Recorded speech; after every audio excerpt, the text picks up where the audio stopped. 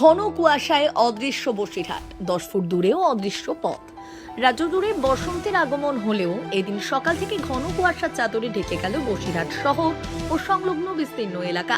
সকাল হতেই চারিপাশে নেমে আসে ধূসর আবরণ, কার্যত স্তব্ধ হয়ে পড়ে স্বাভাবিক দৃশ্যমানতা। কুয়াশার ঘনত্ব এতটাই তীব্র ছিল যে 10 ফুট দূরের কোনো মানুষ বা যানবাহনও স্পষ্টভাবে দেখার উপায় নেই। রাস্তার মোড়, দোকানপাট, এমনকি বাড়ির সামনের অংশ ঝাপসা হয়ে যায়, ফলে সাধারণ মানুষের চলাচলে চরম অসুবিধার সৃষ্টি হয়। সবচেয়ে বেশি সমস্যায় পড়েন গাড়ি চালকরা।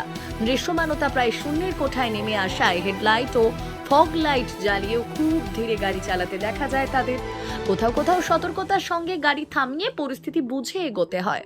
উত্তর 24 পরগনা জেলার বসিরহাট মহকুমার মিনাখা, হাসনাবাদ, হিঙ্গলগঞ্জ, হারোয়া, সন্দেশখালী ও বাদুড়িয়া শহর বিস্তীর্ণ এলাকায় একই চিত্র ধরা পড়ে। সীমান্তবর্তী অঞ্চল থেকে সুন্দরবন সংলগ্ন এলাকাতেও কুয়াশার ঘনত্ব ছিল চোখে পড়ার মতো। অনেকেই নিরাপত্তার কথা ভেবে প্রয়োজন ছাড়া বাইরে বের হননি। স্থানীয়দের মতো এই ঘন কুয়াশা দীর্ঘদিন পর দেখা গেল। বাড়িঘর, গাছপালা, রাস্তার মোড় সবই যেন অস্পষ্ট ছায়ামূর্তির মতো ভেসে ওঠে। সকালবেলায় ঘুম ভাঙতেই জানালার বাইরে ধূসর দৃশ্য দেখে চমকে ওঠেন অনেকে।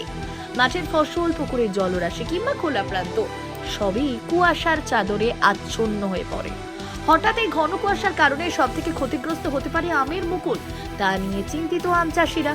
অন্যদিকে কড়া প্রহরা রয়েছে সীমান্তরক্ষী বাহিনী। এই ঘন কুয়াশার সুযোগ বুঝে কোন অনুপ্রবেশকারী যাতে প্রবেশ করতে না পারে তার জন্য সদাই সতর্ক। হ্যাঁ, কেমন? প্রচণ্ড।